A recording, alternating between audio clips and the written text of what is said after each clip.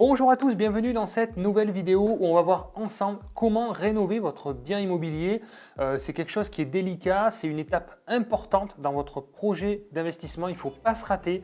Donc je vais vous donner dans cette vidéo toutes les étapes pour pouvoir réussir votre rénovation dans votre bien d'investissement locatif. Allez, c'est parti, à tout de suite.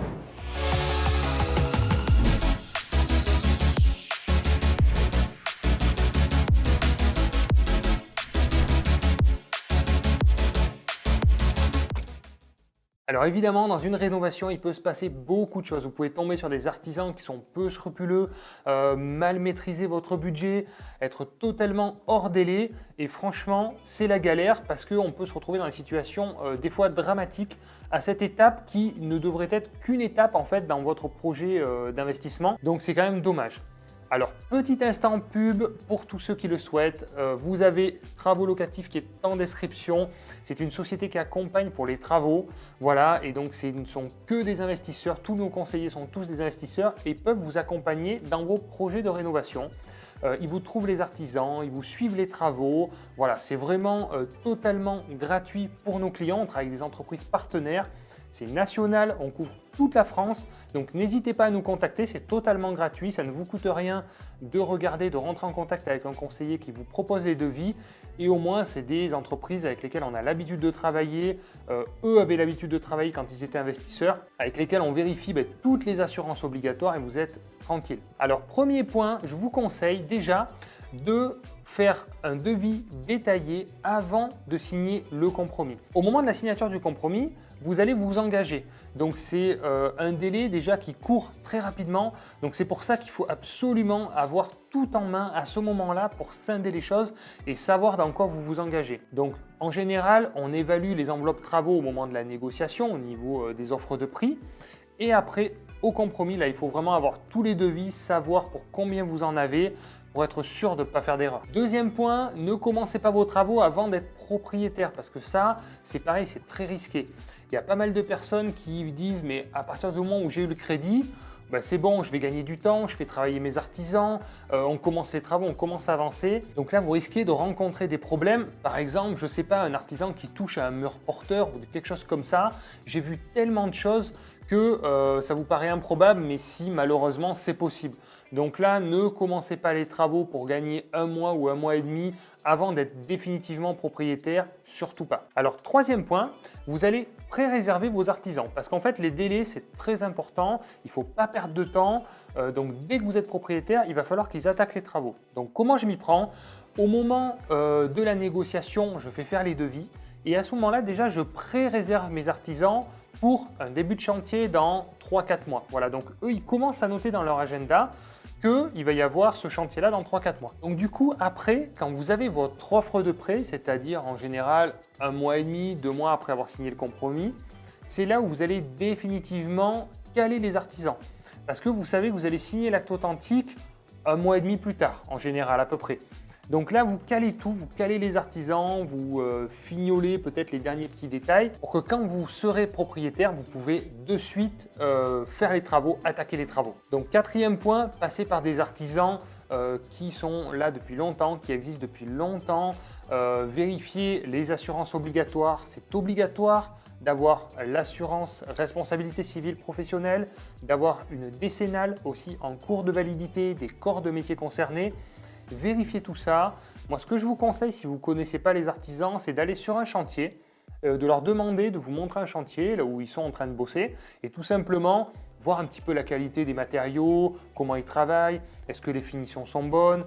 Voilà, donc ça, c'est très important de bien filtrer le bon artisan. Et au début, si vous n'en avez pas, je vous conseille d'en faire venir plusieurs, 2, 3. En général, ça permet de se faire une idée. Et vous allez voir que vous allez avoir plus confiance envers un ou avec l'autre. Ce ne sera pas forcément le plus cher, pas forcément le moins cher. D'avoir vu plusieurs artisans, ça vous permettra de choisir le meilleur. Cinquième point, vous allez demander à votre banque de faire un différé de prêt. Donc, qu'est-ce que c'est qu'un différé? Un différé, c'est ce qui va vous permettre de ne payer que l'assurance et les intérêts pendant une période et de ne rembourser le capital que plus tard. Donc, vous allez avoir une petite mensualité de crédit pendant les travaux et ça, c'est cool parce que du coup, vous avez moins de charges comme vous n'avez pas forcément les loyers. Et d'avoir les mensualités complètes qu'une fois que le bien est loué. Donc là, en termes de différé, donc on ne va pas rentrer dans les détails, vous avez le différé total ou partiel, mais le différé total, très compliqué à avoir. Le différé total, c'est quand vous payez que l'assurance. Donc là, c'est compliqué. Puis en plus de ça, les intérêts sont reportés. Vous payez des intérêts sur les intérêts. Bon, je vous passe un peu les détails, mais c'est un peu le principe. Sinon, vous avez le différé partiel qui fonctionne très bien, qui est très facile à obtenir. Il suffit de le demander à votre banque. Dire voilà, je vais faire des travaux, est-ce que je peux avoir un différé d'1 an? Ça se comprend très bien et votre crédit commence qu'à partir du moment où vous louez le bien et voire même des fois vous pouvez encore louer le bien et bénéficier de ce report pendant quelques mois pour vous permettre de constituer de la trésorerie. Et là, c'est vraiment cool. Sixième point, le pas cher coûte cher. C'est une phrase que vous entendez souvent et pourtant c'est bien réel. C'est-à-dire faites pas du premier prix, faites pas du bas de gamme parce que au final ça va vous coûter plus cher. Donc, suivant ce que vous voulez faire, est-ce que vous faites de la location meublée, le mode d'exploitation, est-ce que vous faites de la colocation, location courte durée ou location longue durée, mais choisissez des matériaux en fonction. C'est-à-dire quelqu'un qui va faire de la location courte durée, il y a beaucoup de choses qui vont s'user rapidement. Donc, mettez quelque chose de costaud. Ceux qui font voilà, de la location nue, c'est pareil, tout ce qui est électroménager, le four, la plaque, la hotte, mettez quand même quelque chose de qualité. Donc voilà, choisissez quand même des bons matériaux. C'est pas le tout de mettre les plus chers, c'est pas le but, mais mettez quand même quelque chose de costaud. Septième point, faites un côté déco. C'est fini, les murs blancs maintenant, avec une petite cuisine blanche toute simple, c'est fini. Il faut un côté sympa, il faut un côté déco. Les locataires ont envie de se sentir bien. Il y a beaucoup de concurrence sur le marché. On est de plus en plus d'investisseurs à faire les choses correctement, donc montez en gamme. Pourquoi pas passer par une décoratrice d'intérieur? Franchement, ça coûte pas si cher que ça.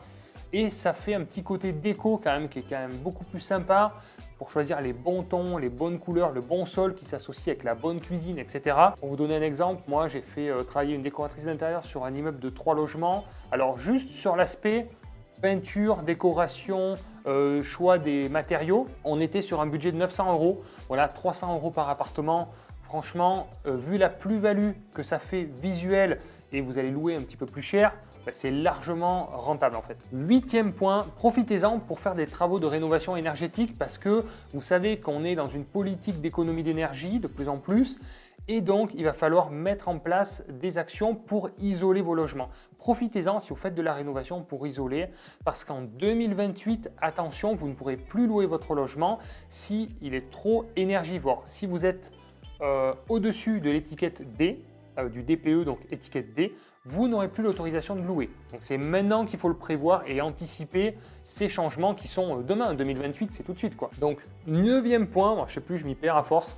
Neuvième point, je vais vous donner quelques conseils suivant les postes. Donc premier point, l'électricité. L'électricité en fait, c'est pas forcément obligé de refaire toute l'électricité. Il va falloir juste refaire ce qu'on appelle une remise en conformité, une mise en sécurité.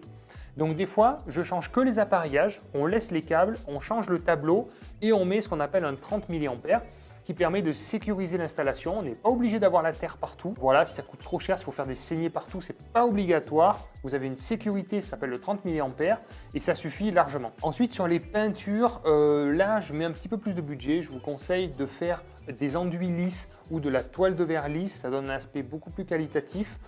Ou vraiment, si les matériaux sont trop dégradés, je mets de la toile de verre, mais tissée fin. Et là, ça passe encore, mais j'aime pas trop ça. Ensuite, sur le sol, franchement, maintenant, j'ai trouvé un nouveau matériau. Je mets plus que ça. Voilà, je vois que par ça. C'est le PVC à clipser isolé. Je vois que des avantages à ce sol parce que ça unifie, c'est-à-dire qu'on peut le mettre partout. On peut le mettre dans les pièces d'eau, dans les pièces sèches. En plus, il est isolé, c'est résistant et le prix est correct. Donc, il n'y a pas de quoi s'en priver. Donc, je mets ça un petit peu partout et ça fonctionne très bien. Ensuite, pour la salle de bain, je mets en général de la faïence jusqu'en haut. Voilà, pour bien protéger parce que je veux que ça vieillisse bien dans le temps. Donc, faïence jusqu'en haut et surtout robinetterie de qualité pour éviter d'avoir des problèmes par la suite. En ce qui concerne la cuisine, en général, je prends mes cuisines chez Ikea, Leroy Merlin, ou des fois Brico Dépôt. On reste pas dans les premiers prix, par contre, on va sur une gamme un petit peu au-dessus. C'est un bon compromis coût-qualité, c'est pas trop cher. Par contre, là où je mets le prix, c'est sur l'électroménager. Voilà, je vous l'ai dit, c'est four plaque haute. Là, je monte un petit peu en gamme. D'ailleurs, je vous invite à regarder, on a fait des vidéos vlogs sur ma chaîne où je vous montre carrément les rénovations dans les appartements, dans les immeubles. Je vous montre clairement qu'est-ce qu'on a mis comme marque, comme matériaux.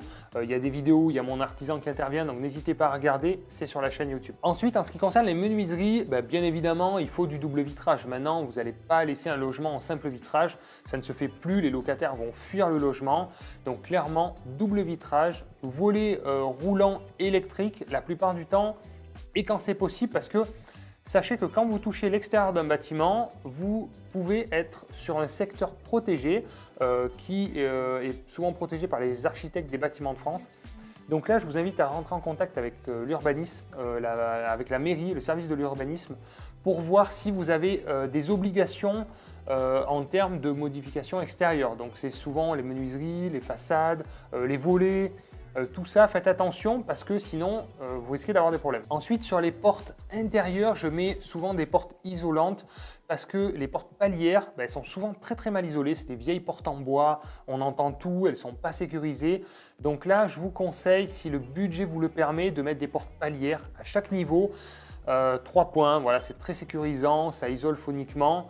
Ça coûte à peu près, allez, 1000 € posés quoi la porte. Donc voilà, pour conclure, faites le bon choix. Il ne s'agit pas de mettre le plus cher, il ne s'agit pas de mettre le moins cher. Trouvez les bons compromis de matériaux entre valeur perçue et le coût que ça va vous coûter. Il y a certaines choses des fois qui peuvent attendre un petit peu, patienter un petit peu. Moi je sais qu'il y a une façade d'immeuble que j'ai décalée parce que finalement ça n'apportait pas de la plus-value locative tout de suite. C'est-à-dire que ce n'est pas parce que je veux rénover cette façade que j'aurais loué plus cher, donc j'ai reporté un petit peu. J'ai privilégié d'autres types de travaux qui tout de suite me permettaient de le louer plus cher. Et ça, c'est quelque chose qui peut être fait dans un second temps. Donc voilà, classez par ordre de priorité aussi. Faites ce qui est nécessaire et ce qui permet d'augmenter la valeur perçue du logement. Parce que c'est comme ça qu'on est tranquille et voilà, on a un logement qui tient dans le temps et se retrouve avec des travaux par la suite, c'est toujours embêtant. Mais voilà, faites les bons choix et vous serez serein comme ça. Voilà, donc j'espère que vous avez aimé cette vidéo. Si c'est le cas, je vous invite à mettre un petit like. Si vous n'êtes pas abonné, vous pouvez toujours vous abonner. C'est ici, juste en bas. Merci à tous. J'espère que vous passez à l'action. J'espère que mon contenu vous plaît. Et puis n'hésitez pas, si vous avez des questions, c'est en commentaire. Bonne journée les investisseurs, pensez à vous et passez à l'action. Ciao, ciao.